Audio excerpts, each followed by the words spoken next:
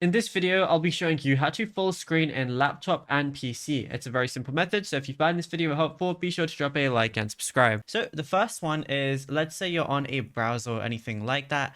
A lot of applications, whenever you open them, they're going to have these different things on the top. This is for minimize, this little icon.